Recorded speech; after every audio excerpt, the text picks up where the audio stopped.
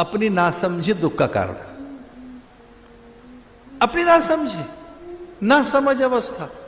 हम समझना ही नहीं चाहते, हम जानना ही नहीं चाहते, हम एक चीज नहीं समझना चाहते, वही सत्य, वही यथार्थ। हम वस्तुतः जानना ही नहीं चाहते, हम सत्य से अनभिज्ञ रहना चाहते।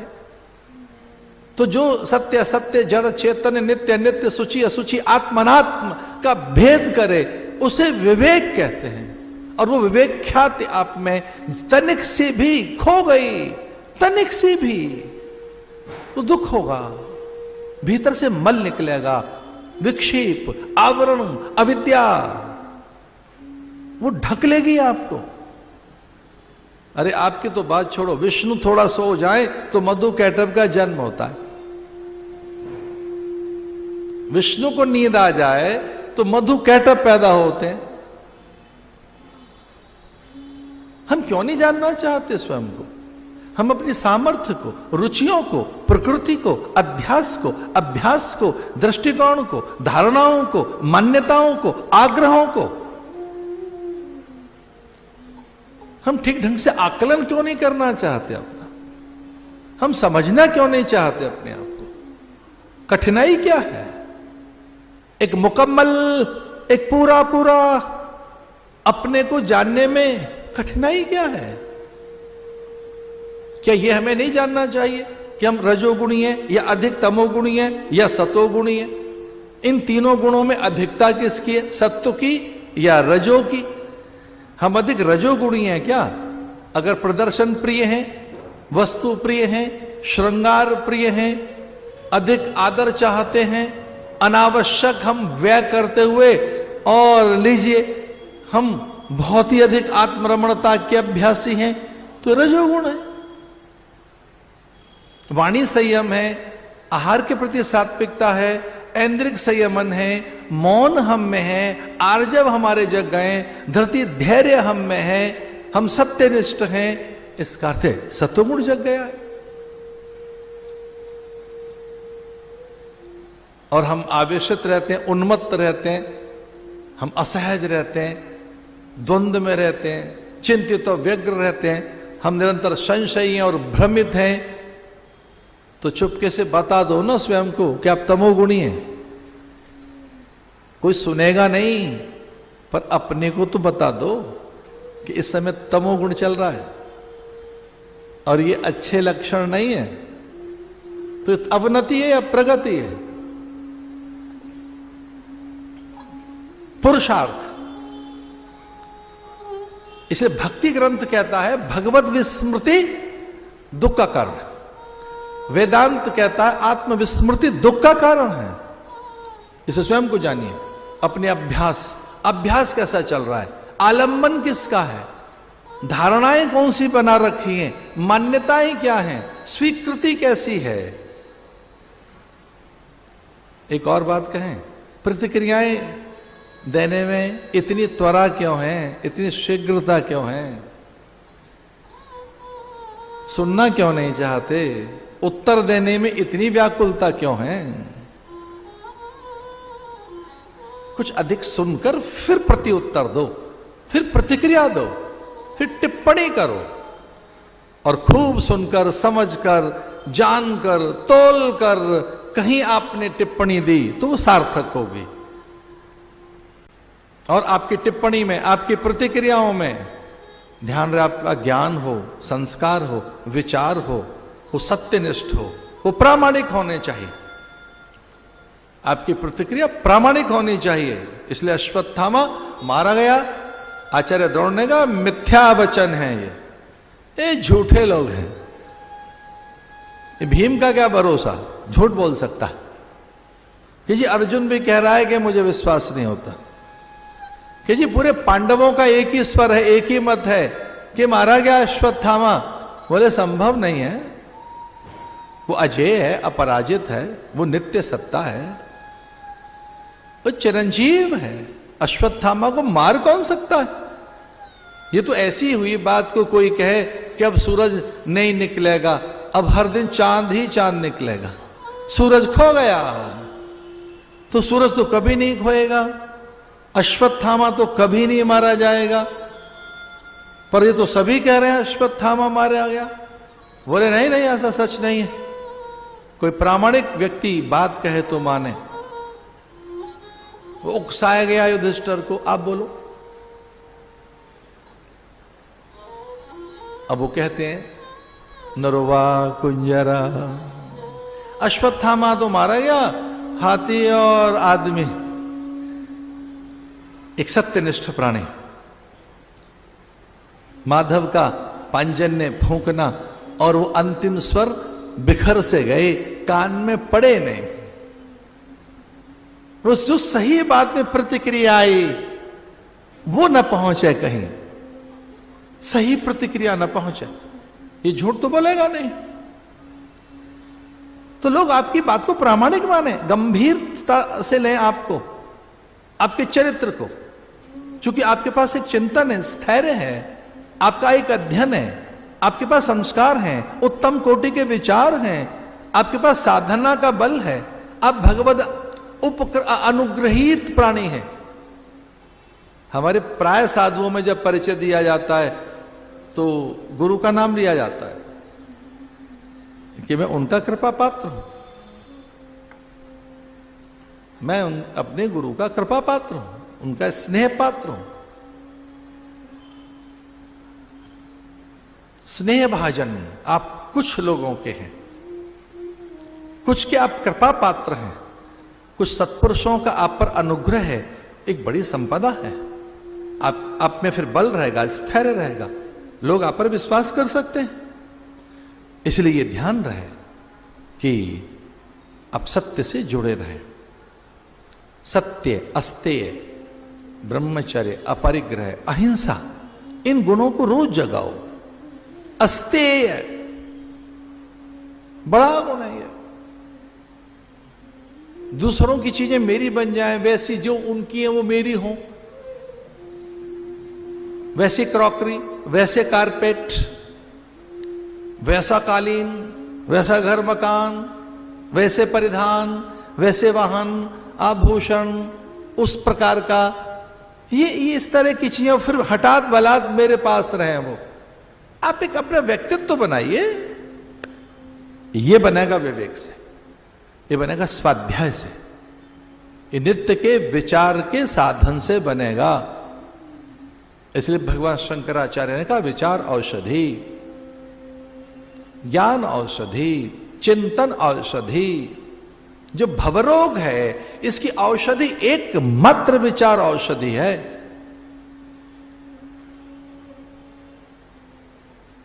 अगर आपके पैर में कांटा लगा है और उसे निकालना चाहते हो तो कांटे से ही कांटा निकलेगा, तलवार से नहीं।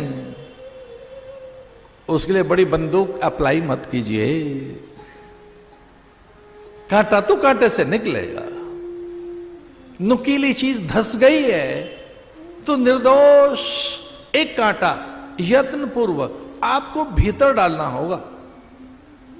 पहला तो धस गया है असावधानी में, असंतुलन में, अविवेक में, अविचार में, अनभ्यास के कारण, अनभिज्ञता के कारण एक अनभिज्ञ अवस्था में थे आप।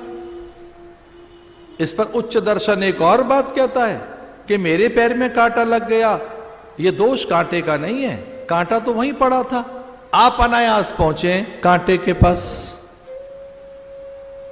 तो ये कोई कहने को तैयार नहीं है कि कांटा तो बेचारा अच्छा भला बैठा था, मेरा पैर वहां पड़ा। तो कांटे पर आप पड़े या कांटा आप में पड़ा है? इसका अर्थ एक असावधानी थी, एक अनभिज्ञता रही है। आप में उस प्रकार का एक जागरण नहीं था, एक सतर्कता और चौकन्नापन नहीं था। कांटा लग गया, अब निकलेगा कैसे कांटे से? तो इस संसार रूपी जो रोग है, ये संसार को प्रपंच भी कहा है, ये भवाट भी है, ये भव है और रोग है। ये पैदा होते बालक रोता है, पैदा होते ही रोग ही रोग है। ये जन्म मृत्यु जरा व्याधि दुख दोषानुदर्शनम, संसार में आते रोग, वियोग, शोक, ये मरण धर्मा जगत। रुलाता ही रहता है। वृद्धावस्था में ऐसी अशक्यता, विवशता, और देखिए कैसी परतंत्रता, वस्तुओं के आश्रय में, पदार्थों के आश्रय में। बड़ी सुंदर सी बात कही है शास्त्रों ने। जन्म मृत्यु के बीच में ये चीजें हमारे आसपास आती है। जन्म मृत्यु, जरा व्याधि दुख दोषानुदर्शनम। जन्म और मृत्यु के बीच में जरा आएगी, जरा माने बुढ़ापा, और व्याधि आएंगी, न्यूनताएं आएंगी, वो दुख देंगी। पैदा होते ही दुख है, पैदा होते रो पड़ा बालक, पैदा होते दुख है। तो शास्त्र कहते क्या है? बड़ी सुंदर से बात कहते हैं शास्त्र कहते हैं आत्यात्मिक दुख की निवृत्ति, सुख प्राप्ति, अखंड आनंद, तृप्ति और वैभव बोध के लिए जीना चाहते हैं। जो आरंभिक प्रयत्न है हमारे, वो दुख निवृत्ति के ही हैं। पैर छुओ बड़ों के, तो ये एक दो गिने चुने उनके पास आशीर्वाद हैं। युगों से, शताब्दियों से पता नहीं क्यों सीख लिए हमने।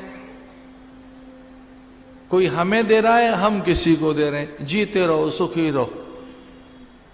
लो, जीते रहो, सुखी रहो, जुग जुग जियो, सुखी रहो। क्योंकि इसका अभाव तो है ही, आयु आरोग्यता का अभाव है, और चूंकि सुख का अभाव है, तो बड़ों के पैर छूने पर यही चीज मिलती है। चूंकि अभाव है ना इसका, तो वो यही तो कहते हैं जुग जुग जियो, जीते रहो, आयुष्मान भव।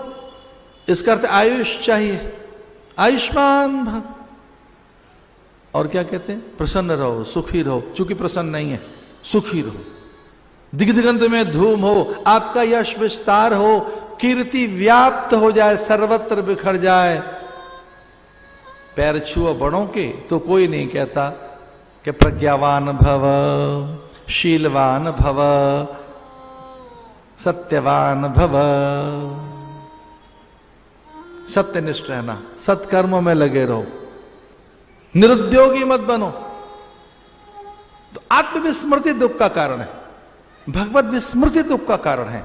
और दुख का कारण अगर कोई है, हमारे पराभव का कोई मूल कारण है, तो वो अविद्या है, फिर अस्मिता है, तीसरा राग है, चौथा द्वेष है, पांचवा अभिनिवेश है।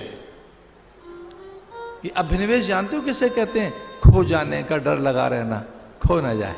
मान, सम्मान, सुख, संपदा, ऐश्वर्य, विभूति, बढ़िया ऊंची अवस्थाएं, पद और प्रतिष्ठाएं, ये हमारी चर्चाएं, ये हमारी ख्याति, जो हमने होल्ड कर रखा है, ये ऊंचा सा पद, भाई किसी और का तो बनेगा ही, खो न जाए हमारा पद, प्रतिष्ठा, यश, मान, कीर्ति, ख्याति। और क्या न खो जाए? सौंदर्य, मादकता, मासलता खो न जाए। तिलस्म, हमारी आभा, प्रभा, दीप्ति, नवलता, कांति, द्युति खो न जाए। हमारी सुंदरता खो न जाए, डर लगा रहता है, खो न जाए। तो जो खो जाने का डर है, और चूंकि खो जाएगा शरीर, तो यात्रा के समय अपने बहुत कुछ कहने के बाद भी एक बात कहते हैं, ध्यान रखना यात्रा में, अपना ध्यान रखना। अब किसका ध्यान रखें? अपना या शरीर का, या सामग्री का, या वस्तुओं का? खो जाने का। जातस्य ध्रुवो मृत्यु, क्योंकि सब चीजें मरने वाली हैं, मिटने वाली हैं, नश्वर हैं, क्षण भंगुर हैं, मृत्यु के मुख में हैं। इसलिए खो न जाए, देह न खो जाए, सुंदरता न चली जाए, अभिनिवेश। तो जितने भी आप प्राणी हैं उनको भय लगता है, और ये चार चीजों में हम उलझे हुए हैं सारे संसार के प्राणी। आहार, निद्रा, भय, मैथुनम, ये चार क्रियाएं चल रही हैं हर प्राणी के पास। आहार, भोजन की जुगाड़, चिड़ियाएं उड़ गई, मधुमक्खियां जा रही हैं शहद लेने, आहार, फिर निद्रा। निद्रा माने विश्रांति। और चूंकि प्राप्त है तो भय, चूंकि जो प्राप्त है ये खो न जाए, और जो प्राप्त है ये कम है और अधिक चाहिए। अज्ञानता में प्राप्ति का लाभ नहीं होगा।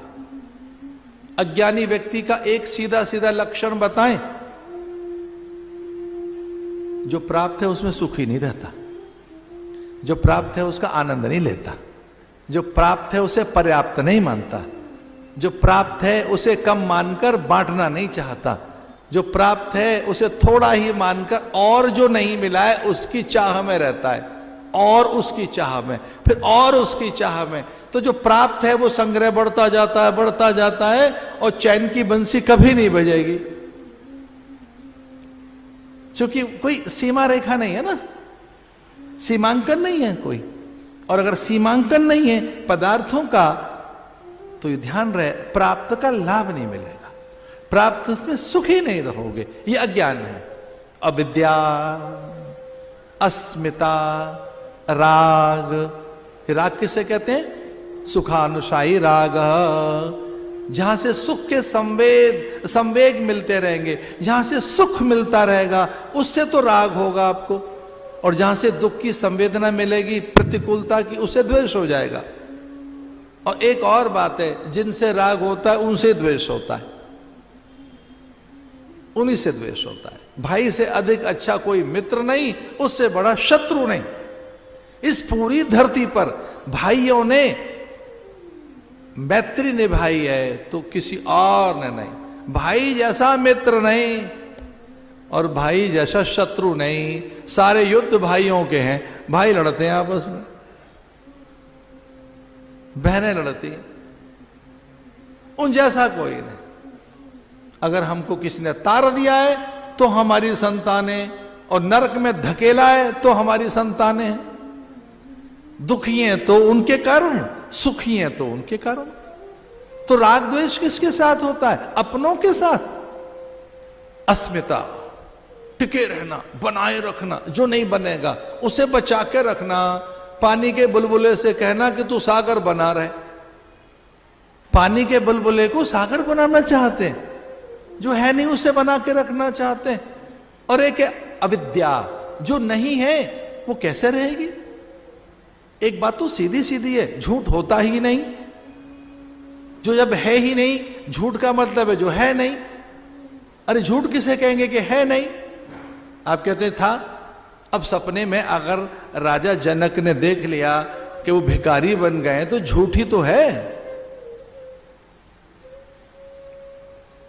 अरे सपना देखा उन्होंने और कोई उनको भिक्षा नहीं दे रहा है, द्वार पर धुतकार रहे हैं, सब अपने तिरस्कार कर रहे हैं, सब बहिष्कार कर रहे हैं, सबने नेत्र फेर लिए, आगे बढ़ो ऐसा कह रहे हैं। और राजा कहता मैं तो राजा हूं आपका, मेरा मंद भाग्य, मेरे पुण्य शिथिल हो गए, पाप जग गया है, देखो मैं भिखारी बन गया, थोड़ी भीख तो दो।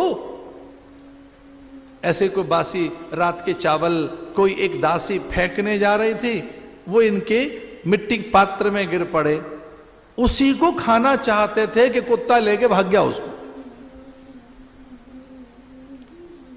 और बड़े व्यथित हैं, सर पे हाथ पटक रहे हैं कि मेरे पुण्य ही सब चले गए। इस दासी के बासी चावल रात के जिनमें दुर्गंध है और वो मेरे हाथ लगे,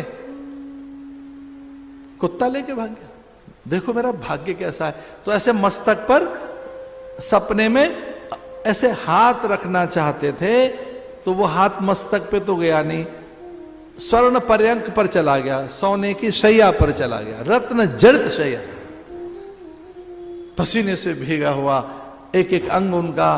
पत्नी से पूछते हैं कि मैं राजा हूं, ये सही है ना? आप मेरी ही पत्नी है ना? ये सोने का पलंग मेरा ही है ना?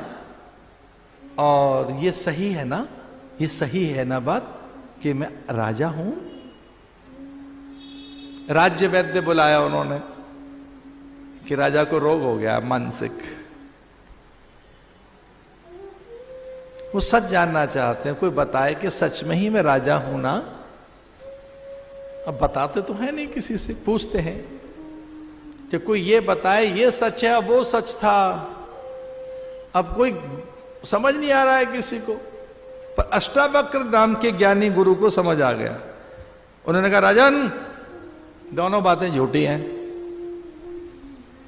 आपने सपना देखा वो तो पक्का झूठ था, वो तो झूठ ही था जो सपना था, और जो दिख रहा है ये भी सपना जैसा ही है, ये भी झूठ है। पहले कोई राजा था, बाद में कोई राजा बनेगा, ये लंबा सपना है, वो थोड़ा सा सपना था। एक अविद्या। तो पुरुषार्थ किस बात का करें? पुरुषार्थ ये हो कि विचार के द्वारा सत्य जान लिया जाए, नित्यता क्या है।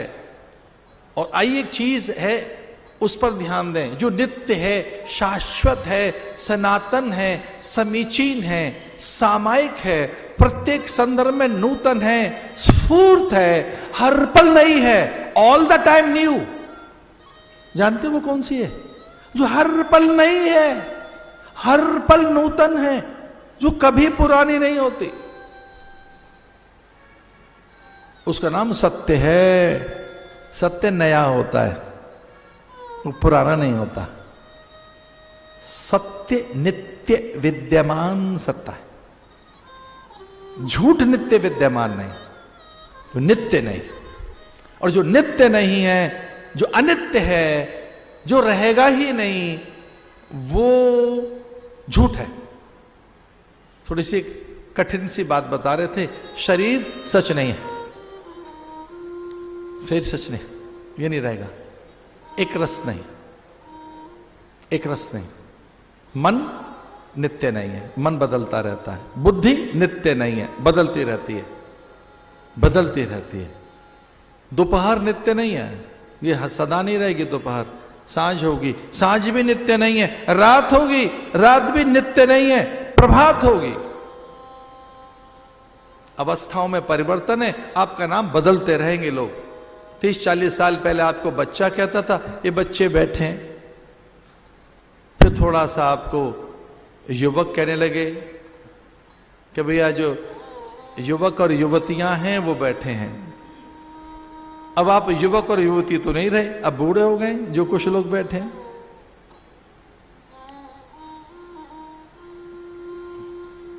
किस तरह से डिफाइन कर दिया है सरकार ने, लगवा लो टीका जो 60 से ऊपर के हैं। बूढ़े हो गए, बच्चे मानोगे?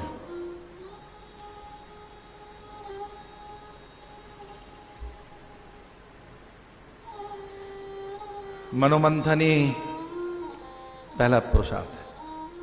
मनोमंथन, आत्ममंथन। आओ कथा आरंभ करते हैं, ये कहकर पहला साधन है आत्मनिरीक्षण। और जैसे आत्मनिरीक्षण करोगे, आत्म सुधार की मांग आप में पैदा होगी, और वही दिन भाग्यशाली। उसी दिन को भाग्यशाली कहिए जिस दिन आप में आत्म सुधार की मांग, प्यास बन जाए, अब व्याकुल हो जाए। किस बात के लिए? सुधरने के लिए। और आप कहने लगे अपनों से, अब सुधरने का मन होता है, संवरने का नहीं, सजने का नहीं, सुधरने का। जैसे ही आत्मनिरीक्षण करोगे तो दोष दिखेंगे, न्यूनताएं दिखेंगी, अल्पता दिखेगी, एक व्यतिक्रम दिखेगा। जो नहीं करना चाहिए वो पहले कर रहे हैं। और किसी घर में हम ठहरे हुए थे और भोर हुई, धूम धमाल धूम धमाल धूम धमाल। कुछ समझ नहीं आया हमको, हो क्या गया इनके घर में, भूचाल सा कैसा आ गया। भोर हो रही है घर में और उनके हम कपड़े धुल रहे हैं, धूमधाम धूमधाम धूमधाम। तो हमने पूछा, भाई हम ध्यान कर रहे हैं, पूजा कर रहे हैं, ये क्या कर रहे हो? कि जी हमारे यहां सवेरे सवेरे कपड़े धुलते हैं। अरे दोपहर में धो लेना। ना ना ना, अभी धुलेंगे। झूठे बर्तन रात में नहीं धोते, नहीं, भोर में उठ के रात वाले बर्तन अब धोते हैं, रात वाले कपड़े अब धोएंगे। फिर क्या करोगे? फिर बोले स्नान करेंगे। फिर क्या करोगे? फिर भोजन करेंगे। फिर क्या करोगे? फिर बाद में जो कुछ और करना है। व्यतिक्रम, क्या करें पता ही नहीं। भोर में, दोपहर में, सांझ में, रात में करें क्या पता नहीं। ध्यान रखना, 7 घंटे नींद नहीं ली है तो ये अच्छी बात नहीं है। आहार विहार निहार, भोजन बहुत आवश्यक है, उतनी निद्रा भी।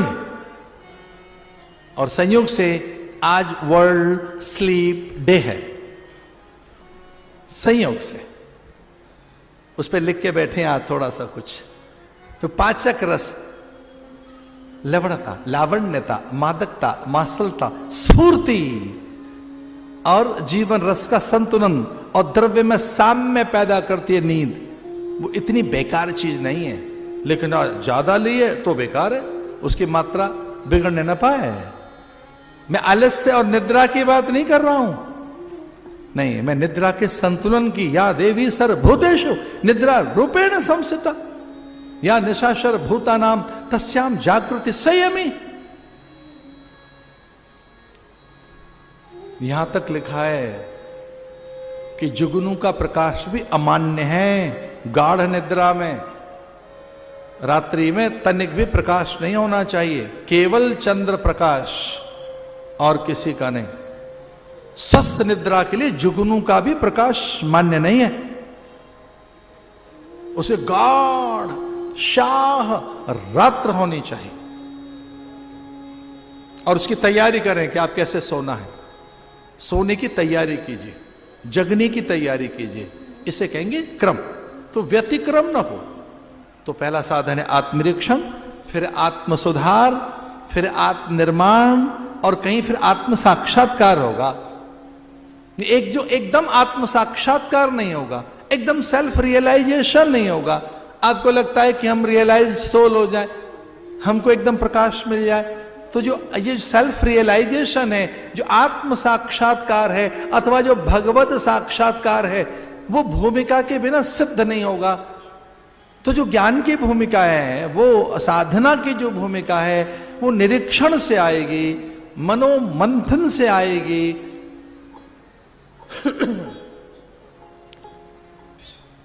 और वही समुद्र मंथन की कथा भी है। मनोमंथन, आत्मंथन माने समुद्र मंथन।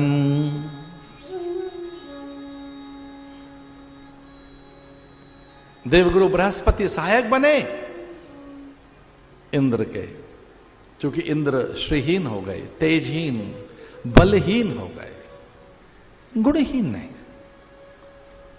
प्रज्ञाहीन नहीं, वो सत्यहीन नहीं थे। कुछ चीजें चली गई, इसका अर्थ यह नहीं कि सत्य चला गया। गुरु ने उनका साथ दिया, गुरु ने कहा विचार करते हैं, आकाशवाणी हुई, समुद्र का मंथन करो, मैं सहायक बनूंगा, कूरुम बनकर आ जाऊंगा। यहां अमृत है, ऐरावत उच्छश्रवा है, कामधेनु सुरभि यहां है, यहीं पर अमृत कलश है, यहीं पर नाना प्रकार के रत्न हैं, इसे मथ लो। मनोमंथन माने, आत्ममंथन माने रत्नों की प्राप्ति, जिन्होंने अपने मन को मथ लिया है।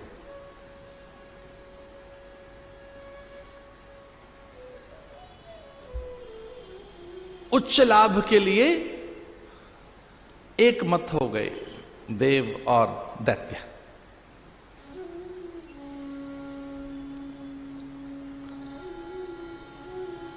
थोड़ी सी प्रशंसा कर दी बलि के सामने इंद्र ने, आप बड़े हैं, हमारे सहायक बनो। इसलिए वो जो मथानी वासुकी नाग की जो रई बनाई गई, उसमें जो मुख भाग था उसमें दैत्य खड़े हुए और पूंछ की तरफ देवता। तय हो गया, आधा आधा बांट लेंगे। दैत्यों के गुरु शुक्राचार्य, देवताओं के गुरु बृहस्पति, एक मति हो गई, मतैक्यता हो गई। एक इसका अर्थ यह भी है, बड़ा लाभ लेने के लिए मिल जाइए, जुड़ जाइए, साथ ले लो किसी का, हठ में मत रहो। बड़े कार्य की सिद्धि के लिए जिनके साथ वैमत्य है, मतभेद भी है, तो फिर चूंकि बड़ा कार्य सिद्ध होने वाला है, तो गुण दोष के आधार पर मैत्री कर लीजिए। जिद मत रखना कि इनको संग नहीं लेंगे, इनका साथ नहीं रखेंगे, इनसे बोलेंगे नहीं। एक बहुत अच्छे संत की आत्मकथा में पढ़ रहा था और वो कहने लगे कि जीवन का दुर्भाग्य इससे बड़ा क्या होगा कि हम अपनों से बोलना छोड़ दें, कि इनसे बोलेंगे नहीं, हम संवाद नहीं करेंगे। इसका अर्थ है आपकी दुर्बलता है, इसका अर्थ है आपका ज्ञान है, आपका विवेक है, आप में शील संयम का अभाव है। इसे देवगुरु बृहस्पति ने कहा चलो दैत्यों से मिलते हैं चलकर। दैत्यों के सामने प्रस्ताव रखा, अमृत कलश निकलेगा, कामधेनु मिलेगी, लक्ष्मी जी प्राप्त होंगी, औषधियां मिलेंगी, विविध रत्नों की खान है, समुद्र, आइए चलते। और सब मिलकर समुद्र मंथन करने लगे। अच्छा नहीं लगता, एक शब्द कहना चाहूंगा, गठबंधन हो गया, न्यूनतम कार्यक्रम तय हो गए। ये आपका हमारा गठबंधन, और ये बड़ी चीज है, बहुत बड़ी चीज है। पति पत्नी में गठबंधन होता है, दूसरे कराते हैं, दोनों के वस्त्रों में गांठ बांध देते हैं कि खुलने ना पाए। आप दो हैं, अब एक हो गए, एक मत, एक विचार, एक संकल्प, एक लक्ष्य। अर्थ दो नहीं होंगे, एक होगा। अर्थ में विभाजन नहीं होगा, अर्थ दोनों का एक है, सम्मान दोनों का एक है, संकल्प दोनों का एक है, दोनों के सपने एक जैसे होने चाहिए। और सच्चा पति पत्नी वही जिन दोनों को एक जैसे सपने आए, एक जैसे विचार हों, एक जैसी प्रवृत्तियां हों, एक जैसा स्वभाव हो। पति पत्नी उसे कहते हैं दो तन एक मन। दो तन में एक मन रहता है, दो तन में एक विचार, दो तन में एक संकल्प, दो तन में एक लक्ष्य। अलग अलग अलग अलग टारगेट बनाओगे, अलग अलग अलग गोल्स बनाओगे, अलग अलग अलग सपने बनोगे, तो हो गया ग्रस्त आपका। फिर तो हमारे में ही आ जाओ, हमारी मंडली में आ जाओ। क्या दो सपने, एक ड्रीम, एक गोल, एक टारगेट। और ये कब होता है? जब ज्ञान हो, विचार हो, नीति हो, नियम हो, समर्पण हो, आस्था हो, एक दूसरे में विश्वास हो। इनमें से एक भी चीज की कमी है, गांठ खुलने लगेगी, हल्की पड़ने लगेगी। इसलिए विवाह एक टाई है, उसे खींच के रखो, पकड़ के रखो, खोलो नहीं। रोज गांठ खोलने में लगे हैं, कुछ ढीली मत करो उसे। गठबंधन हो गया है इनका, हम एक दूसरे के हैं। ओम सेना भवतु सेनो भुनक्तु संगच्छध्वम संवदध्वम। हम इकट्ठे हो गए।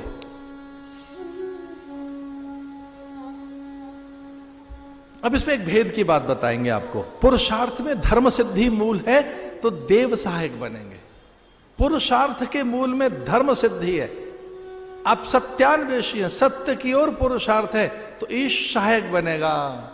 समूची प्रकृति, ये कायनात, ये पूरी धरा, अंबर, अग्नि, जलवायु अनुचरी की तरह से, परिचारिका की तरह से, सेविका की तरह से मात्रवत आपके पीछे लग जाएगी। इसलिए समुद्र मंथन होने लगा। और जब समुद्र मंथन होने लगा, मथने लगे दोनों, तो मनोमंथन यानी मन को मथेंगे तो पहले क्या निकलेगा? विकार, विषय। हमारे मन में सबसे ऊपर क्या बैठा है जानते हो? क्रोध। और क्रोध किसने संभाल कर रखा है? काम ने, वासनाओं ने, कामना स्पृहाओं ने, लालसा ऐषणाओं ने। ये सारी माँ और मौसियां हैं इकट्ठी, इनसे इनके बच्चे पैदा होते रहते हैं। माँ और मौसियां, शास्त्र कहता है एक माँ है और एक उसकी बहन है, माँ और मौसियां इकट्ठी मिल जाए वैसे ही बच्चे। माँ कौन है? अविद्या, अज्ञान, काम। काम से क्या पैदा होगी? कामना, स्पृहा, लालसा, ऐषणा। ऐषणाएं तीन हैं। सन्यास में इनकी शपथ कराई जाती है, या तो मेरे पाले में आ मत, आना है तो तीन काम मत कर। लोकेशणा नहीं, पुत्रेशणा नहीं, वित्तेषणा नहीं।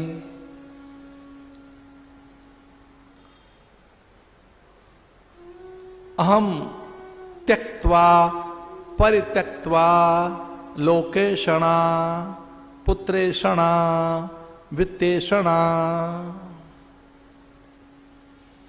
मुझे खूब धन आए, मुझे खूब धन आए, अब लो धन आ गया है, अब इसे कौन संभालेगा? तो संतान हो। धन तो आ गया है पर मान नहीं आया है, आदर नहीं है, लोग वाह नहीं कर रहे, कीर्ति नहीं है, लोक ख्याति नहीं है, इसे कहेंगे लोकेशणा। एक है पुत्रेषणा, हमारी चीजें कौन संभाले? एक और है वित्तेषणा, धन मिले। और इन तीनों की एक जननी है, ये तीनों एक से पैदा होती हैं, उसका नाम है जिजीविषा। हम रहे, मैं बना रहा हूं, मैं बना रहा हूं, मैं बना रहा हूं कि मेरी देह बनी रहे, तो अपनी देह को रखने के लिए जिजीविषा, पहली कामना जिजीविषा है, फिर सुख पाने की, फिर सम्मान पाने की, ये क्रम है पूरा। पहले जीना चाहते हैं आप, पहले जीवन चाहिए, फिर सुख चाहिए, क्योंकि सुख मिलेगा अर्थ से, तो अर्थेषणा यानी वित्तेषणा। अब वित्त आ गया है तो उसको भोगने वाला कोई चाहिए। मैं तो भोग नहीं पाया, एक टोकरा आम है तो पहले मेरे फिर बच्चों के, अब उनसे नहीं खाए जा रहे तो बटेंगे। क्या है? वित्तेषणा, पुत्रेषणा, एषणा। इसलिए पहले क्या आया? विष निकला। मनोमंथन, जब कभी मन को मथोगे, पुरुषार्थ करोगे तो विषय निकलेंगे। मन के पास ये विषय है और कुछ नहीं। एज सच मन नाम की कोई चिड़िया नहीं है। अगर 5 चीजें उसके पास नहीं तो मन खो जाएगा, मन धराशायी हो जाता है। उधो मन न भय 10-20, एक होतो तो गयो श्याम संग, को आराध ईश। उधो मन न भय 10-20। जब उद्धव ने उनको ज्ञान सिखाने की बात कही, क्या आपका मन ठीक हो जाएगा, मन को शांत कर देते हैं, मन को एकाग्र कर देते हैं, और लो आपको मन को शांत करने की विधि बताते हैं। तो वो कह लेंगे कि भाई मन हो तो शांत करें, मन है ही नहीं। मन था तो कृष्ण को दे बैठी हैं, मन उसके पास रहता है, मन हमारा नहीं रहा। एक बहुत सीक्रेट बता रहे थे, किसी दिन अपना मन गुरु को दे दो या भगवान को दे दो। बड़ा सीक्रेट है ये। आपकी योजना, आपका संकल्प, आपके विचार, आपके स्वप्न, आपकी निर्मिति, आपका सृजन मेरा मन करे, मैं अपना मन ही आपको देता हूं। इसलिए भगवान ने अर्जुन से कहा कि मैंने गीता आरंभ तो कर दी, पर भैया अब मैं बंद तो नहीं करूंगा, पर तुझे समझ नहीं आएगी ये जब तक तू अपना मन मुझे नहीं देगा। ये ध्यान रखना, अगर तू अपना मन अभी तक भी अपने पास रखे बैठा है तो तेरे कान में तो कुछ मीठी मीठी बातें पहुंचेंगी, वो उतरेंगी नहीं, वो पकेंगी नहीं, वो फल नहीं देंगी, वो चरित्र नहीं बनेंगे, वो जीवन नहीं बनेंगी, उससे तेरा मोक्ष नहीं होगा, उससे तेरा कल्याण नहीं होगा। लेकिन बीच में टोकते हुए भगवान ने कहा कि मैंने उपदेश तो आरंभ कर दिया, लेकिन भाई वो मुझे अपना मन दे दो, मन मुझे चाहिए तेरा, उसका निवेश मुझ में कर। मय्यप्रत मनोर्बुद्धि मय्यासक्त मना पार्थ मामेकम शरणम ब्रज, सर्वधर्मान प्रत्यजम मामेकम शरणम ब्रज। इसलिए भगवान ने बीच में टोकते टोकते 2-4 बार कहा कि ये मन मुझे दे दे अपना, और तू अगर अपना मन मुझे नहीं दे पाया तो ज्ञान फलीभूत नहीं होगा। अब तू मन अपने पास मत रख और हल्का हो जा मन देकर मुझे। इसका अर्थ क्या है कि मैं ही जानता हूं भला बुरा क्या है, तेरा लाभ किस में है, तेरा हित किस में है। और कई बार वो बुरा भला कह देता भगवान को, इधर रथ लेके चलो, उधर लेके चलो, मेरा भाई घिर गया है शत्रुओं से, कृष्ण इधर मत ले जा मेरे रथ को। अब रथ की बागडोर किसके हाथ में, रथ की बलगाम किसके पास है, घोड़े कौन चला रहा है। अगर रिलैक्स होना हो तो रथ की बलगाएं भगवान को दे दो, गुरु को दे दो, रथ में आराम से बैठे रहो।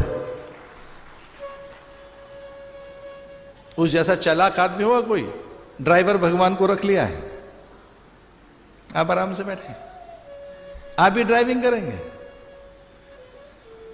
सखेति मत्वा प्रसभं यदुक्तम, हे कृष्ण हे यादव हे सखेति अजानता, अज्ञानता में, अल्पज्ञता में, अनभिज्ञता में, मूढ़ता में, जड़ता में मैं जानता नहीं हूं, इसलिए कहता रहता हूं ऐसा कर वैसा कर, ये कर ऐसा कर। मन के सहज प्रपंच का एक नाम है, ऐसा हो ऐसा ना हो, ऐसा ही होना चाहिए, ऐसा नहीं होना चाहिए, ऐसा होता तो कैसा होता, और ये क्या बात है ऐसा हो जाता तो, क्या बात है ऐसा हो गया, अब क्या करें हमारा ऐसा हो गया है, ऐसा नहीं होना चाहिए। अब मैं तो हरियाणा में लंबे समय से रहा हूं, इस तरह करो उस तरह न करो, ये हमारे यहाँ की भाषा है अम्बाला की। इस तरह करना चाहिए उस तरह न करो, इस तरह के नू कर ला भाई, एंज कर ले एंज न कर, ओ की करदा पिया है ऐ न कर, ओ की करा ये तो नहीं पता, हूं की करा, मुझे करना क्या चाहिए, ए मैनू दस तू। अज्ञानता है। आप विचलित मत हो जाना। कृष्ण की पीठ पर अपने अंगूठे से संचालित करता था कृष्ण को, उसके हाथ में धनुष है, उसके हाथ में धनुष गांडीव, और वो एक एक करके तीर निकालता, तरकश में से, तुणीर में से तीर निकालकर धीरे से, और ऐसे वो धनुष पर तीर रखते हुए और धराशायी कर दिया उसने भीष्म को, गुरु के गुरु को। महारथी, एक एक रोम रोम में उसके तीर धस गए, सरशैया पर लटा दिया। एकाग्रता कैसी! द्रौपदी कहती है मेरा पति वो हो सकता है जो ये नाचते हुई मछली की आंख में, वो भी बाईं आंख में, केवल कॉर्निया नेत्र बिंदु को जो भेद दे, मछली को नहीं, मेरी इस मछली को। और ये जो नाच रही है ऊपर इतनी तेज गति के साथ कि दिख ही नहीं रही थी कि मछली है, उस चक्र पर इतनी तेजी से मछली दौड़ रही थी, वो नाच रही थी मछली, और मछली को नहीं देखेगा वो धनुर्धर, मछली की छाया को देखेगा, और मछली की छाया देखकर मछली की आंख में, और मछली की आंख में भी नेत्र बिंदु में जो तीर धसा सके अपना।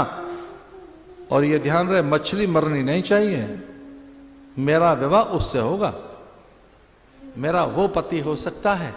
तो क्या उसकी बला की फुर्ती, एकाग्रता, क्या उसमें एक चैतन्यता रही होगी, एक पूरी एकाग्रता उसकी, कि नाचती हुई मछली, और मछली को नहीं देख रहा उसकी छाया, और छाया में भी उसने छाया देखकर बाण चलाया, और मछली उछलकर द्रौपदी की गोद में फड़फड़ा रही है। वो कृष्ण से कहता है, उसकी पीठ पर अंगूठा लगा तो बाएं चल, बाएं बाएं बाएं चल, इधर मेरे भाई घर गए, इधर निकल, इधर इधर। अब भगवान तो जा नहीं रहे, तो वो फिर पूरा धकेलता था, पैर से धकेलता उनकी पीठ को बाएं दाएं। और भगवान ने कह दिया बाएं दाएं क्या करता है, जिसमें तेरी विजय है मैं वहीं लेके चलूंगा, आराम से बैठा रहे। ये मुझे पता है कि तेरी जय कहां है, ये मुझे पता है तेरी विजय कहां है। अगर हमें दे दो, हमसे मतलब भगवान को दे दो अपनी बलगाएं, तो फिर तर्क मत करना कि इधर नहीं करो, उधर ले चलो, इधर नहीं चलो, उधर ले चलो। अन्यथा तो अपने पास में रखो अपनी डोर। डोर के बाद में फिर बात नहीं चलेगी कि बाएं ले चलो, दाएं ले चलो।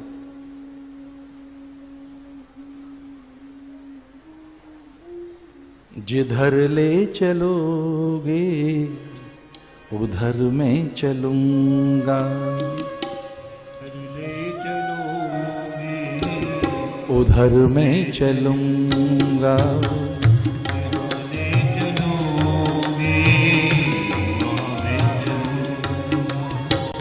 जहां ले चलोगे वहाँ मैं चलूँगा। जहाँ ले चलोगे वहीं मैं चलूँगा। जहाँ नाथ रख लोगे, जहाँ नाथ रख लोगे वहीं मैं रहूँगा। जहाँ ले चलोगे वहाँ मैं चलूँगा। जहाँ ले चलोगे वहीं मैं चलूँगा।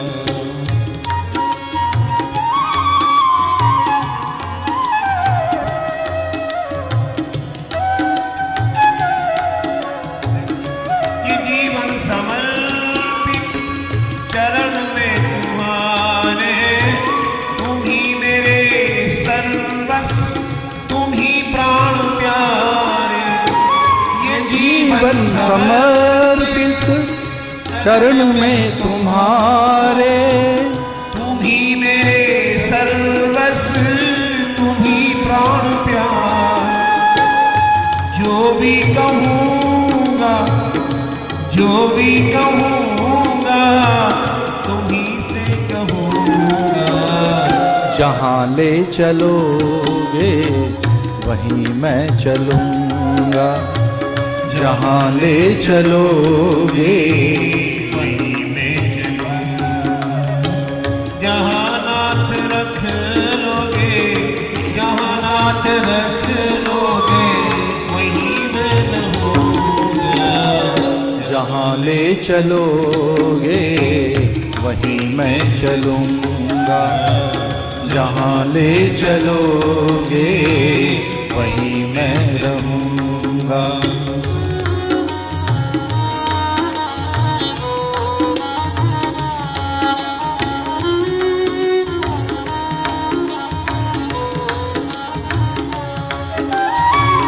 न कोई अर्जी, न कोई उड़ाना, कर लो करा लो प्रभु ये आपकी मर्जी। न कोई गाना, न कोई अर्जी, कर लो करा लो प्रभु जी आपकी मर्जी। जो भी कहूँगा, जो भी कहूँगा तुम्ही से कहूँगा। जहाँ ले चलोगे वहीं मैं चलूँगा। जहाँ ले चलोगे वहीं मैं चलूँगा। जहाँ नाथ रख लोगे, जहाँ नाथ रख लोगे वहीं मैं रहूँगा। जहाँ ले चलोगे वहीं मैं चलूँगा। जहाँ ले चलोगे वहीं मैं चलूँगा। जहाँ ले चलोगे वहीं मैं चलूँगा। जहाँ ले चलोगे वहीं मैं चलूँगा। ये विश्व एक रंगमंच है। हम सबकी अलग अलग अलग भूमिकाएं हैं। वो निर्देशक है, वही नाट्यकार है, वही नाटक है, वही पोत पतवार है, वही राहें मंजिल है, वही मुद्दा और नक्शे पा है, वही है एक। हम तो एक सामान्य पात्र भर है। एक पात्र की तरह से चलिए, यंत्र की तरह से चलिए, यंत्रवत बड़े आनंद में रहोगे। उसके यंत्र बन जाइए, उसके पात्र बन जाओ, उसकी लीला के पात्र, उसके कर्म पात्र बन जाओ। समर्पित होकर। तो कई बार अर्जुन कहता था बाएं चल दाएं चल इधर ले चल, और भगवान उसको डांट कर कहते कि विद्या, विजय, विभूति, श्री, ऐश्वर्य और तेरा उद्धार अथवा तेरा समग्र कल्याण किस दिशा में मैं बेहतर जानता हूं, मुझे अधिक पता है। तू अज्ञानी है, तू नहीं जानता तेरा कल्याण किस में। इसलिए यही बात तो नारद ने कही, जे विधि होए नाथ हित मोरा, करो सो वेग दास में तोरा। मैं नहीं जानता कि मेरा कल्याण किसमें। हम ये कहां जानते हैं हमारा भवतव्य क्या है? हम ये कहां जानते हैं कि हमारा मांगल्य कहां है, किस दिशा में हमारा उद्धार है? इसे समर्पित होकर रहे, ये पुरुषार्थ है। तो मन में पहले क्या है? विकार। तो विकार निकले, विष निकला, विषकुंभ निकला। समुद्र मंथन में 3 घड़े निकले थे। पहला घड़ा क्या निकला? विषकुंभ। जो लोग ध्यान में जाते हैं उनकी चीजें उखड़ने लगती हैं, वृत्तियां, विचार, अचेतन में से, अवचेतन मन में से काम उखड़ने लगता है। एक हमारे बहुत अच्छे साधक थे, बड़े अच्छे सन्यासी। तो उनका बहुत आग्रह किया उन्होंने कि हमको श्री विद्या का साधन करना है, तो साधन बताइए। और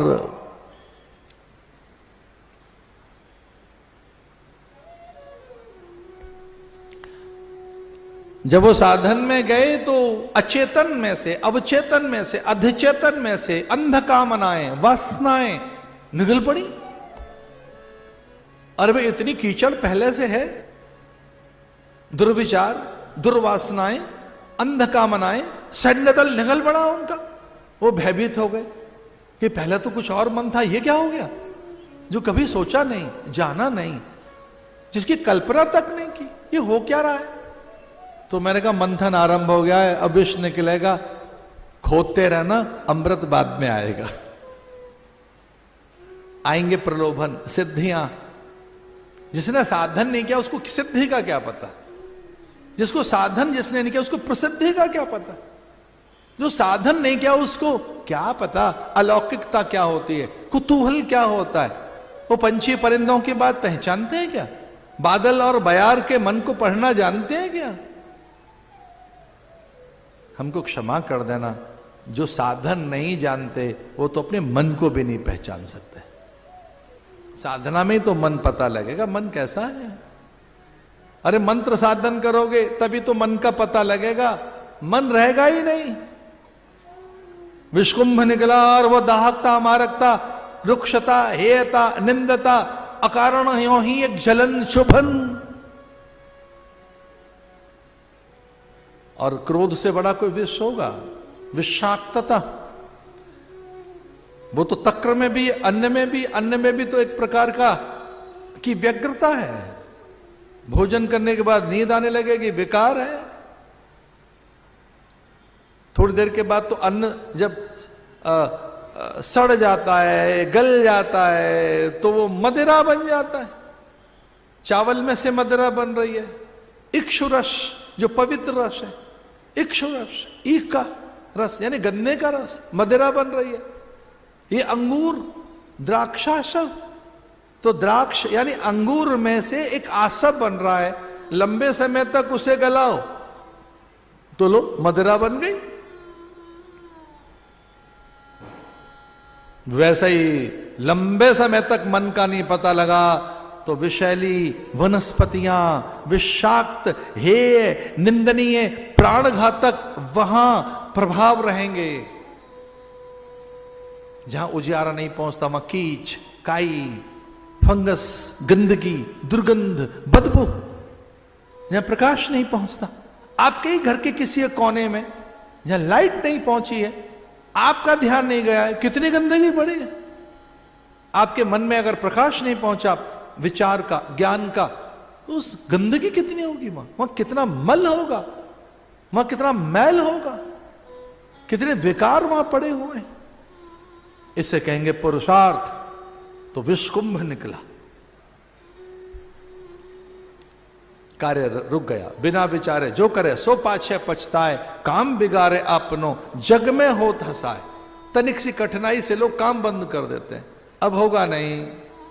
हमारे बंगाली भाई कहते हैं होबे के नाए, अब नहीं होगा, अब नहीं कर सकते। क्यों नहीं कर सकते? कठिन है, दुर्गम है, दुस्तर है, दुसाध्य है, दुर्लभ है, दुर्गम है, दुर्विचार है। नो, अब नहीं होगा। दुसाध्य है, दुसाध्य है, हो ही नहीं सकता।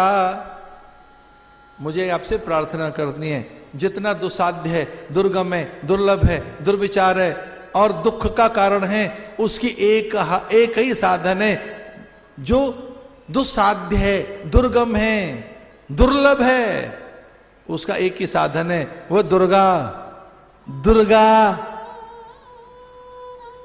जब कहा इन्होंने देवताओं ने हमसे नहीं होगा, जब कहा बलि ने हमसे होगा नहीं, सारे इंद्र ने कहा हमसे नहीं होगा, यम वरुण कुबेर ने कहा, और तो और नारायण ने कहा अब हमारे बस का नहीं। महादेव कहने लगे मेरे त्रिशूल में अब बल नहीं रहा।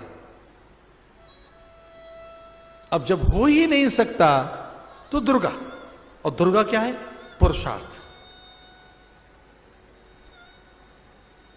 तो बल प्रकट हुआ, पार्वती ने कहा प्रकट हो जाओ।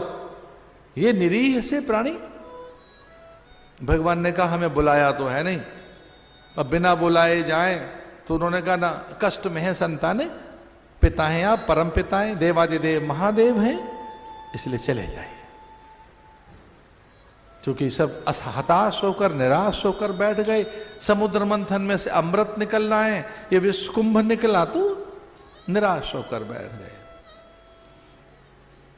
देवगुरु बृहस्पति ने कहा कि जो समाधान कारक है वो महादेव हैं, शिव हैं, उनका ध्यान करना चाहिए।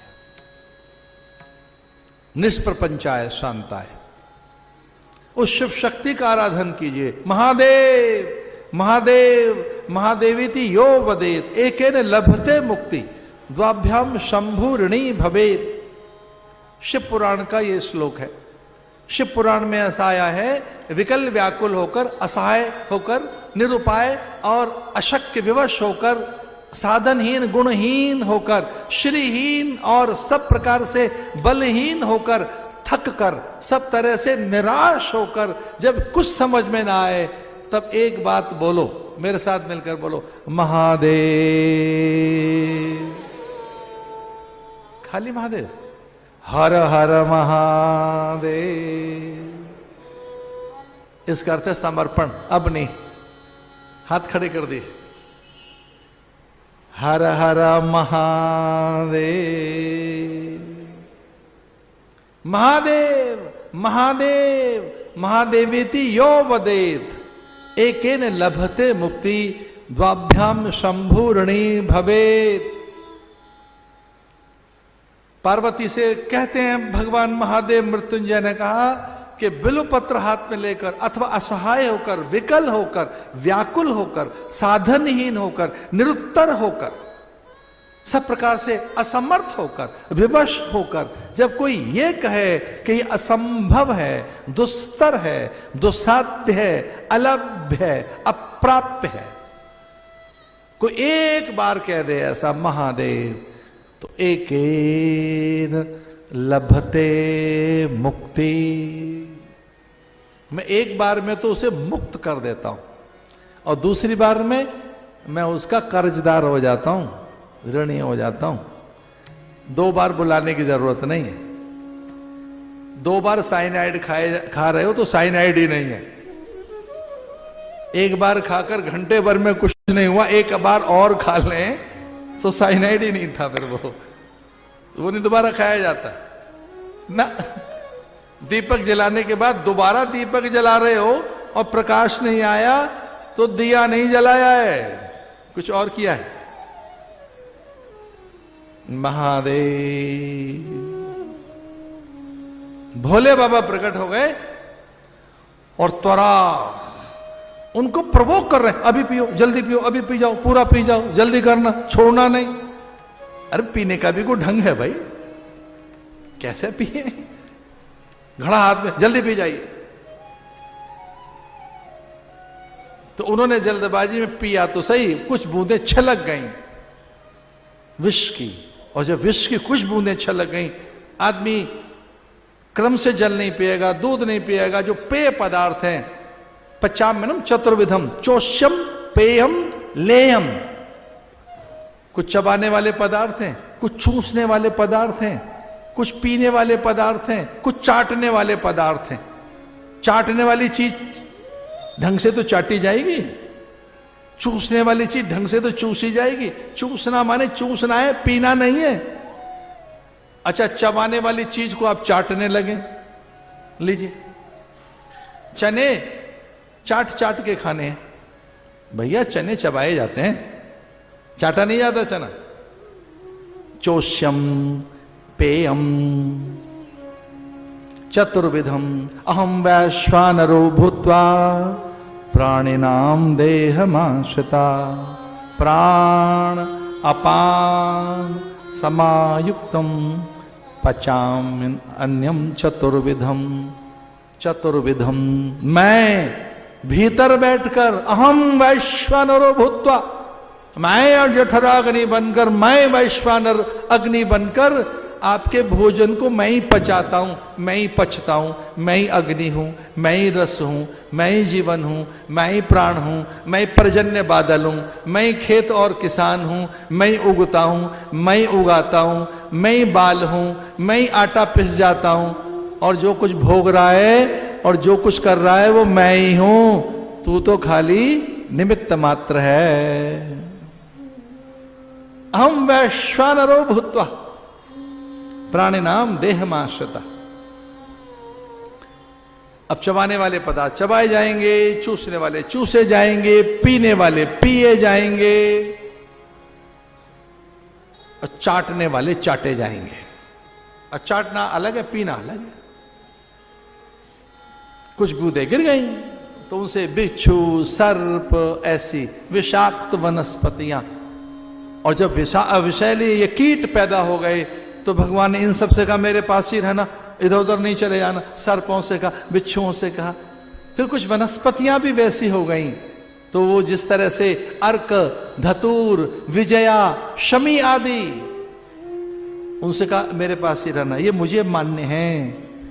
इसे देवताओं को कोई विषैली वनस्पति न चढ़े, वो सब मुझे अर्पित हो।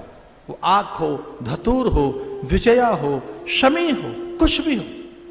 शमी में प्राण सत्ता अधिक होती है। शमी नाम का वृक्ष 24 घंटे ऑक्सीजन देता है, जिसे छौंकर कहते हैं, जिसे जंडी कहते हैं, जिसे सांगरी कहते हैं, वो सांगरी शमी 24 घंटे ऑक्सीजन देता है। ये वृक्ष अश्वत्थ, वट,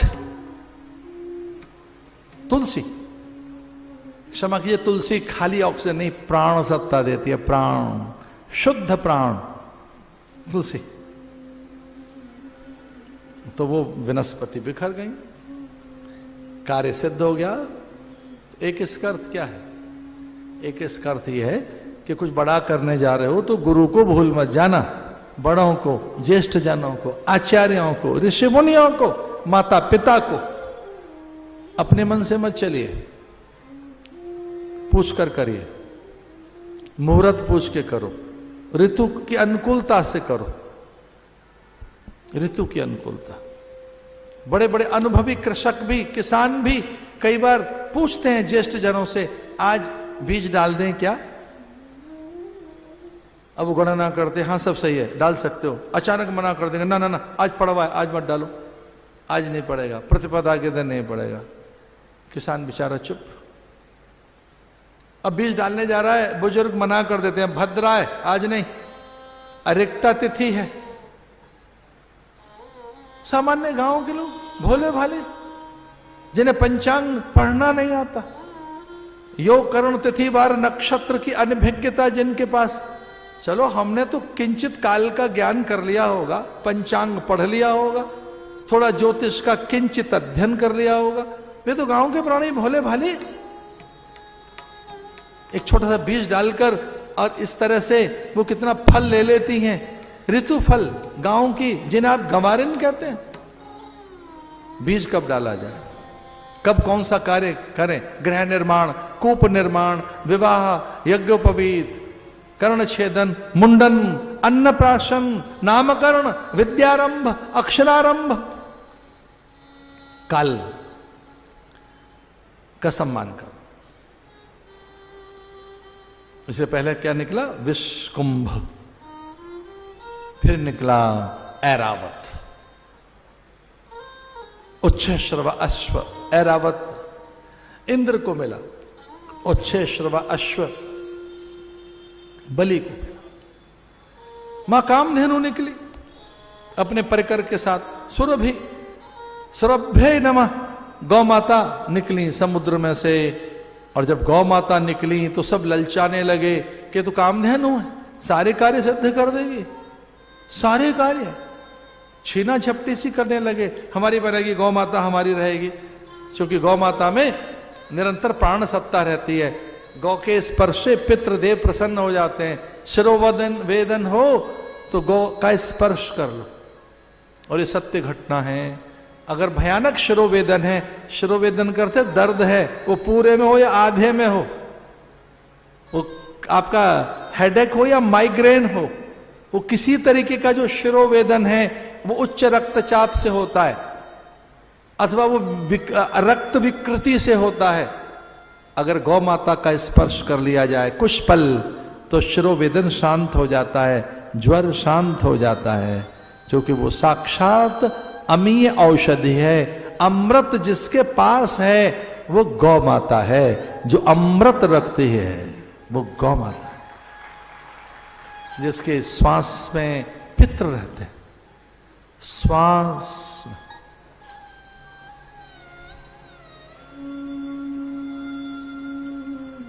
मैं बहुत विनम्रता के साथ एक नई बात बताऊंगा आज आपको, पर वो हाथ जोड़कर बताऊंगा, आपको कष्ट दे सकती हो बात। इसलिए शास्त्र में लिखा है कि गौ का दूध के लिए गौ नहीं बनी,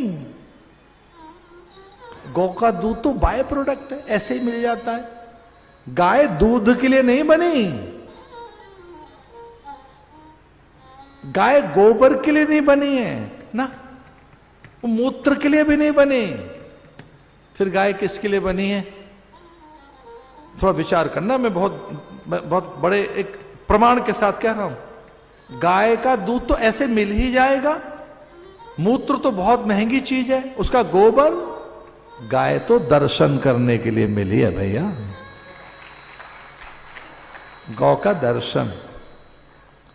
गौदृश्यम सर्वै पाप प्रणाशनम, सर्वै गौ दर्शनम। गौ दर्शन का फल कृष्ण है, गौ दर्शन का फल भगवान है। दशरथ के जब पुत्र नहीं हुआ, भयग्लान मोरे सुत नाई, एक बार भूपत मन माही। तो दशरथ ग्लानि से भर उठे और कहने लगे कि मुझे पुत्र केवल इसलिए नहीं चाहिए कि सिंहासन पर बैठेगा, मुझे पुत्र चाहिए ब्रह्म के रूप में, मेरा व्रत खंडित हो जाएगा। मेरा व्रत ही यही है कि मैं पुत्र परमात्मा के रूप में पैदा करूंगा, मेरा पुत्र ईश्वर होगा, मेरा पुत्र परमात्मा होगा, मैं विष्णु को प्रकट करूंगा। वो व्रत मेरा खंडित हो रहा है, ग्लानि हो गई। 3 रानियां और मैं संतान नहीं पैदा कर सका, तो गई गुरु के पास। एक बार भूपत मन माई, भय ग्लान मोरे सुत नाई, मुझे ईश्वर चाहिए अपनी संतान के रूप में। तो गुरुदेव वशिष्ठ ने कहा कि वो विधि से पैदा होगा। फिर क्या विधि है? बोले वो विधि श्रृंगी ऋषि को आती है, मंत्र मैं बताऊंगा, विधि वो करेंगे। मंत्र मुझे आते हैं, विधि वो करेंगे। बोले आपको मंत्र आते हैं, विधि वो करेंगे, तो है क्या? बोले बिना गौ के राम नहीं आएगा, बिना गौ माता के। गौ ने राम पैदा किया है। और एक तो है ही ग्वाला, इत गाय उत गाय, आगे गाय पाछे गाय, गोविंद गाय रे गुण गाय। ये जोधपुरिया बैठे हैं यहां, गोविंद गाय रो गुण गाय, गाय के गुण। इत गाय उत गाय, गाय माए पाछे धाय, गाय माए पाछे धाय। अब ये समझ में नहीं आ रहा गौ पीछे भाग रही है कृष्ण के या कृष्ण पीछे भाग रहा है। जो कृष्ण बीच में है, इत गाय उत गाय, गाय माय पाछे धाय, और ये गोविंद गाय के गुण गाय। तो पूछा लोगों ने कि गोविंद करने क्या आया है, ये कृष्ण अवतार का हेतु क्या है? तो सुजान, बुद्धिमान, प्रज्ञावान, तत्वदर्शी महापुरुषों ने कहा कृष्ण महाभारत के लिए नहीं आया, गीता सुनाने नहीं आया, आपको तारने नहीं आया है, तो फिर क्या करने आया है? गाय के गुण गाए, गौ माता के गुण गाने के लिए आया है ये गोविंद धरती पर। गाय के गुण गाए, गोविंद गाय के पाछे धाय, और गाय माए गोविंद के पाछे धाय, इत गाय उत गाय, गोविंद गाय के गुण गाय। गौ माता निकली। साधु महात्माओं ने योग युक्ति से गौ माता की रक्षा कर ली, और ये करेंगे संत ही रक्षा गौ माता की। दूसरे लोग तो दूध निकाल के गली में छोड़ देंगे, उनके बस का नहीं। गौ माता की रक्षा तो बहुत दूर की बात है, माता पिता को ओल्ड एज होम में छोड़ देते हैं, माता पिता बेचारे वृद्धाश्रम में चले गए, तो गाय को कौन घर में बांधे? ये देश गौ माता की रक्षा करेगा? अपने बाप की तो रक्षा हो नहीं रही आपसे, अपनी मां की, छोटी कन्याओं की, इस धरती की। इसमें इतना जहर डाल डालकर धरती आपने विषैली कर दी, पानी विषैला कर दिया है, वायु विषैली कर दी है, खुद ही विषैले हो गए। इतने स्वार्थ में अंधे हैं, गाय की रक्षा करोगे? ये तो साधु करेंगे। नमो ब्रह्मण्य देवाय गौ ब्राह्मण हिताय च जगद्यताय कृष्णाय गोविंदाय नमो नमः। इनकी रक्षा तो कृष्ण ही करेगा, संत ही करेंगे। तो संतों ने, सप्तऋषियों ने योग युक्ति निकाली और कहा कि देखो भाई, इतना सब कुछ मिल रहा है, थोड़ा दान भी कर लो। तो सब राजी हो गए। ऐसा करते हैं, ये जो गौ माता निकली है ये ऋषियों को दान कर देते। तो गौ माता ऋषियों को दान कर दी गई, और चुपके से उनके कान में कह दिया कि आपको तो कुछ लेना देना है नहीं, वापस हमें ही दे देना। तो योग यज्ञ के लिए जो गाय माता है स्वर्ग में चली गई। कामधेनु। कल वृक्ष ने शर्त रख दी कि जो स्वर्ग का राजा होगा वो मुझे भोग ले, मुझसे मनवांछित पदार्थ ले ले।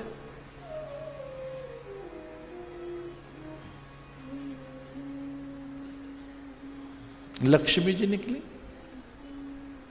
ओम हिरण्यवर्णाम हरिणीम सुनरस्रजाम चंद्राम हिरण्यमयी लक्ष्मी जात वेदो आवह। हाथ जोड़िए, लक्ष्मी जी को प्रणाम करो। मैं प्रार्थना करता हूं मां से वो आपके घर में बस जाएं, मन में, बुद्धि में, आपके हाथों में उलीचते रहें। आप इतना आ जाए वो हाथों में, उलीचते रहें आप, आपके मन में बस जाएं। उसका एक मंत्र है, इतनी आ जाएंगे उलीचते रहोगे। हाथ जोड़कर बोलो, महालक्ष्मी महालक्ष्मी नमस्तुभ्यम नमस्तुभ्यम सुरेश्वरी हरिप्रिये नमस्तुभ्यम नमस्तुभ्यम दयानिधे ह्रीं ह्रीं लक्ष्मी नमः। इस बीज मंत्र के साथ लक्ष्मी जी का आह्वान करो। शर्त के साथ, हम दुरुपयोग नहीं करेंगे, अभिमानी नहीं बनेंगे, दुराचार नहीं करेंगे, व्यसन नहीं करेंगे, हम मद्यपान नहीं करेंगे, इससे दूसरे को अपने अधीन नहीं बनाएंगे, दुराचार नहीं करेंगे,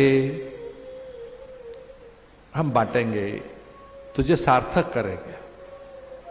लक्ष्मी जी हमेशा आ जाती हैं, हर पल के लिए। इसे लक्ष्मी जी जब आई तो सब विचार करने लगे अब ये किन के हिस्से में आएंगी। क्रम तो ये कहता है देवताओं के हिस्से में आनी, दैत्यों के हिस्से में आनी चाहिए। जो एक प्रकार का संधि पत्र था उसमें अब जो लक्ष्मी जी निकली हैं वो देवताओं को नहीं, दैत्यों को मिलनी चाहिए। दैत्यों ने प्रार्थना की, मां हमारा हिस्से, आप हमारा हिस्सा हैं, क्रम से आप हमारे हिस्से में आई हैं। मूर्ख लोग माता पिता को बांट लेते हैं, कुछ दिन पिताजी यहां रहेंगे, मां वहां रहेगी, बूढ़ों को बांट लेते हैं। ये अज्ञानी दैत्य कहने लगे मां हमारे हिस्से में आई है, तो माने का मैं चलने को तैयार हूं, पर वो जो गुण होने चाहिए, जो साधन होना चाहिए, वैसा पात्र होना चाहिए, वैसी भूमिका हो, मैं तैयार हूं।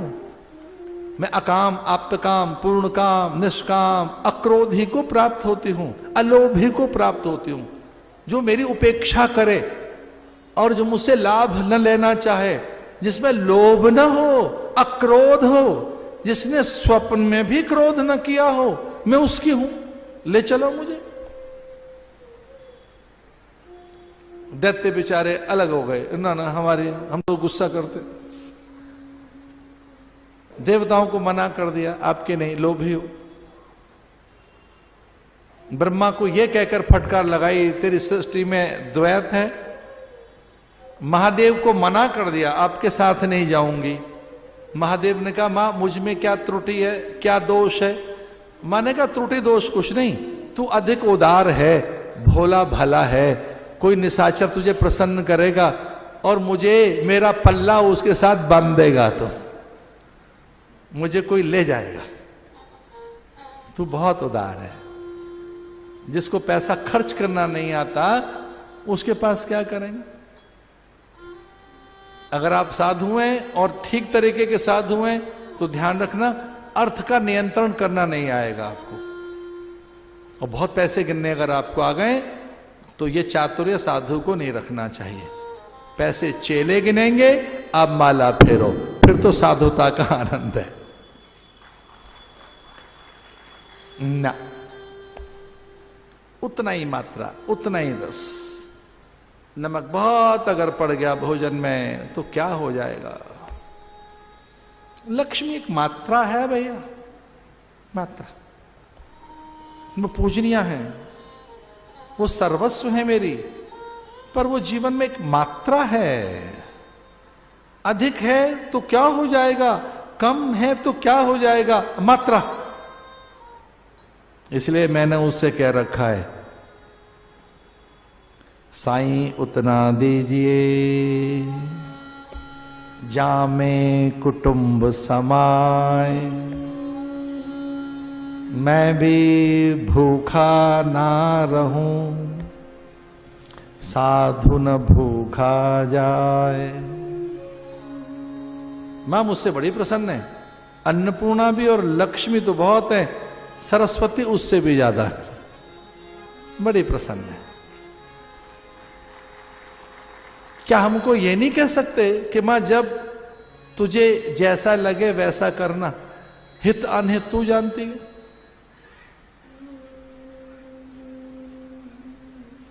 उस पर भरोसा करके देखो, वो कभी आपका साथ नहीं छोड़ेंगे। इसलिए वो पहुंची नहीं किसी के पास और चुपचाप बैठ गई उसके पास जाकर जो आंख मूंदे बैठा था। तो सबने विचार किया कि क्या नारायण को क्रोध नहीं आता? और हां, नारायण को कहां क्रोध आता है? नारायण सन्यासी है, आद्य सन्यासी। आपको बड़ा आनंद होगा, हम सन्यासियों का मूल नारायण है, वहीं से आरंभ हुआ है सन्यास का। और वो बद्रिकाश्रम में बैठा है साधु बनकर। जो बद्रीनाथ हैं वो सन्यासी हैं। भगवान नारायण में सन्यासी के वेश में है, तपस्वी वेश में है। हमारा मूल कोई आद्य सन्यासी है तो नारायण है। अस्मदाचार्य पर्यंतम, अस्मदाचार्य पर्यंतम वंदे गुरु परंपरा। किसे गुस्सा नहीं आता, ऐसा एक परीक्षण करने के लिए दुर्वासा को भेजा। दुर्वासा अपने पिता के पास पहुंचे और पिता बहुत क्रोध करने लगे कि तू पुत्र होकर और मेरा परीक्षण करने आया, निर्लज्ज कहीं का। तो ये देखने आया कि बाप को गुस्सा नहीं आता। भस्म कर दूंगा। वो बोले पिताजी मैं समझ गया, आपको बिल्कुल गुस्सा नहीं आता ना, आपको क्रोध नहीं आता। आपको क्रोध कैसे आ सकता है? मैं तो ऐसे पता करने आया था। अब गुस्से में पिताजी कह रहे हैं भस्म कर दूंगा, अभी गुस्सा ही तो हुआ। महादेव के पास पहुंचे तो महादेव को लगा अगर मैंने क्रोध नहीं किया होता तो भस्म कैसे करता मैं काम को, सृष्टि को। ये संहार कैसे होगा? संहार तो बिना क्रोध के हो ही नहीं सकता।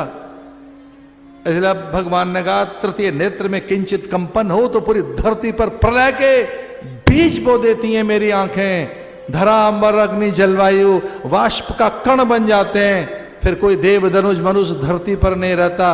अरे मूर्ख निकल यहां से।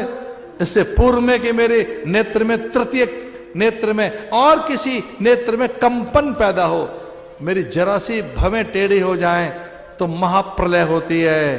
तू जानता नहीं, तांडव करने के लिए मुझे क्रोध ही उकसाता है। भाग लिए वहां से दरवाजा और पहुंचे भगवान के पास। नारायण उकसाया बहुत नारायण को, आंखें नहीं खोली भगवान ने। और जब आंखें नहीं खोली तो दौड़कर उनकी छाती पर लात मारी। भगवान नारायण के छाती पर पद प्रहार किया और जैसे जोर से प्रहार किया तो भगवान उठकर बैठे और दुर्वासा के चरण चूमने लगे, ये कहकर कि मेरा वक्षस्थल वज्र जैसा कठोर। अरे ब्राह्मण, तेरे कोमल चरण हैं, चोट तो नहीं लगी? जो ब्राह्मण के चरण चूम रहा है विष्णु, ये कहकर कि हे देव आप भूपति हैं, भूदेव हैं, धरती के देवता आप ही तो हैं, इसलिए हे भूदेव आपके चरणों को कष्ट तो नहीं हुआ, चोट तो नहीं लगी? चूमने लगे चल।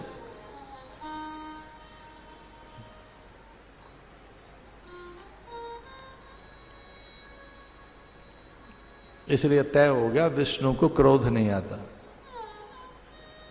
3 दिन तक समुद्र के तट पर क्रोध का अभ्यास करते रहे। इतना बुरा भला कहा है लक्ष्मण ने। अरे जरा सुंदरकांड पढ़ के देखो। कादर मन कहूं एक धारा, देव देव आलसी पुकारा। देव देखेंगे भगवान करेगा आलसी, प्रमादी, निठल्ले, निखट्टू, ऐसे कायर भीरू लोगों की बातें हैं।